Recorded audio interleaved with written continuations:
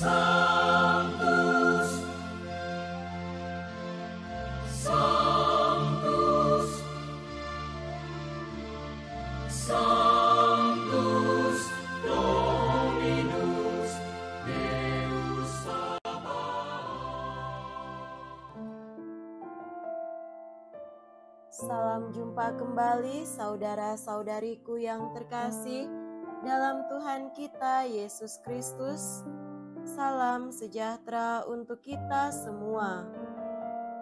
Berkat Allah yang Maha Kuasa senantiasa menyertai kita. Hari Selasa tanggal 11 November tahun 2025 adalah peringatan wajib Santo Martinus dari Tours, Uskup.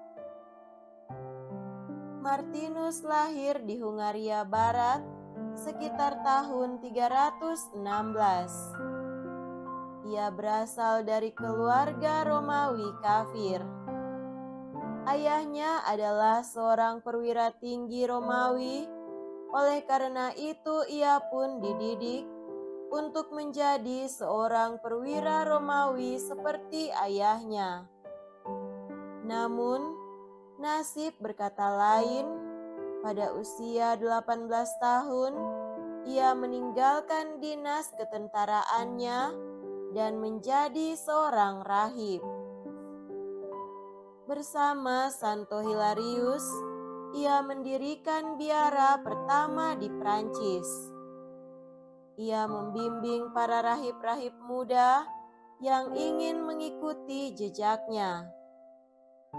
Pada usia 55 tahun, ia pun ditahbiskan menjadi seorang uskup. Pada saat itulah kesederhanaannya makin tampak. Ia tinggal di bilik sederhana dan dengan tekun terus mewartakan Injil melalui khotbah-khotbahnya ke pelosok-pelosok desa di keuskupannya. Uskup Martinus amat menentang praktek hukuman mati, walaupun bagi tukang sihir dan penyebar ajaran sesat sekalipun. Ia amat menjunjung tinggi keadilan dan menentang sistem paksaan. Uskup ini meninggal dunia pada tanggal 8 November tahun 397.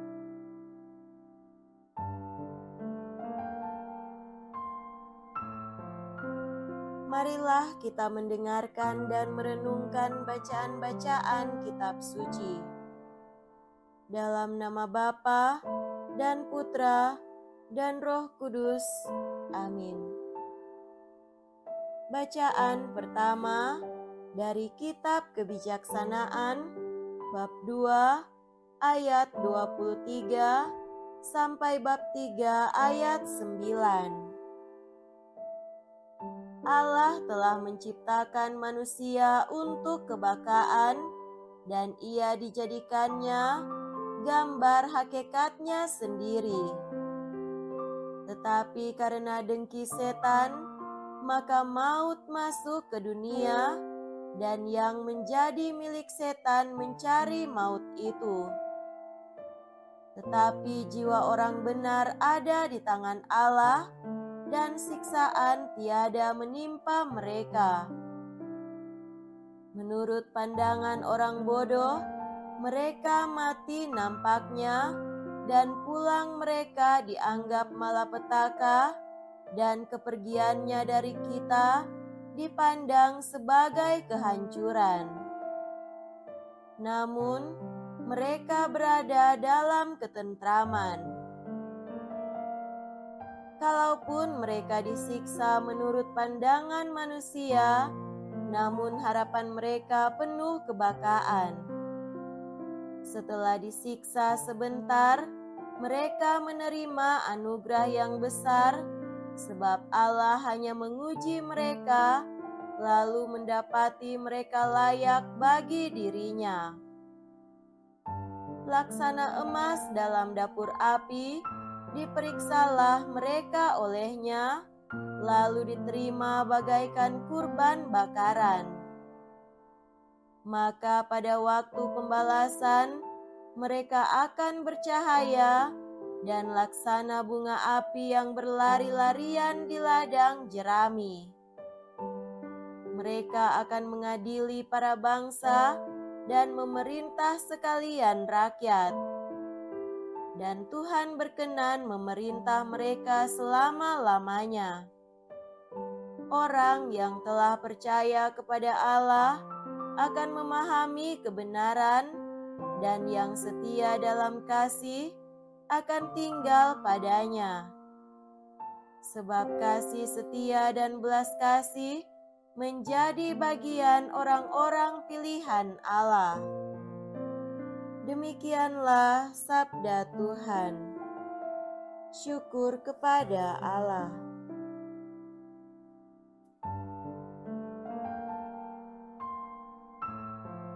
Semoga Tuhan beserta kita sekarang dan selama-lamanya. Inilah Injil suci menurut Santo Lukas. Dimuliakanlah Tuhan. Injil Lukas bab 17 ayat 7 sampai 10. Yesus bersabda kepada para murid, "Siapa di antaramu yang mempunyai seorang hamba yang membajak atau menggembalakan ternak baginya, akan berkata kepada hamba itu waktu ia pulang dari ladang, 'Mari segera makan'? Bukankah sebaliknya, ia akan berkata kepada hamba itu, 'Sediakanlah makananku. Ikatlah pinggangmu dan layanilah aku sampai aku selesai makan dan minum. Dan sesudah itu, engkau boleh makan dan minum.' Adakah ia berterima kasih kepada hamba itu karena ia telah melakukan apa yang ditugaskan kepadanya? Demikian jugalah kalian. Apabila kalian telah melakukan segala sesuatu yang ditugaskan kepadamu, hendaklah kalian berkata, 'Kami ini hamba-hamba tak berguna. Kami hanya melakukan apa yang harus kami lakukan.'" Demikianlah sabda Tuhan. Terpujilah Kristus.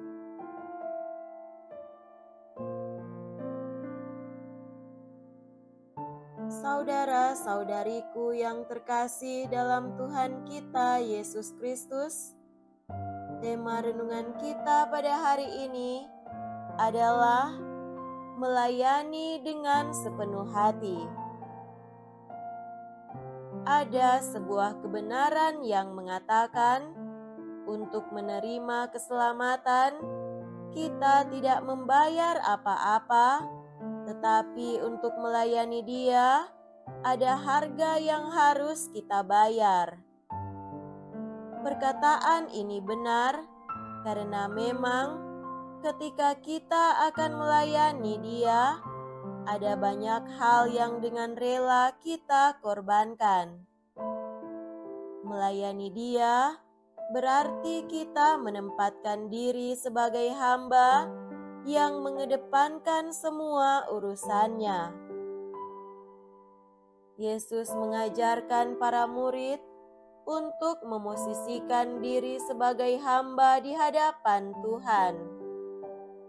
Ada 3 karakter yang pantas kita renungkan.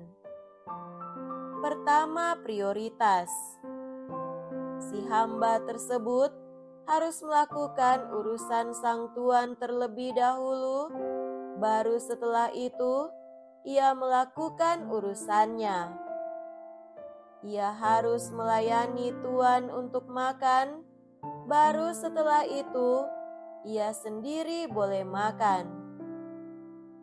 Ini yang dinamakan prioritas.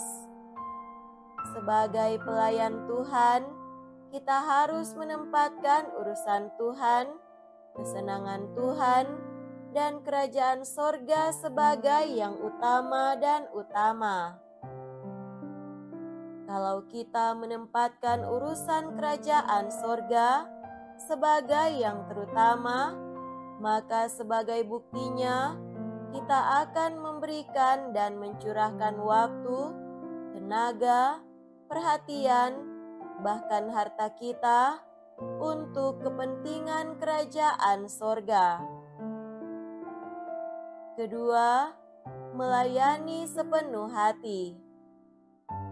Hamba tersebut hanya melakukan apa yang disuruh atau dikehendaki oleh tuannya.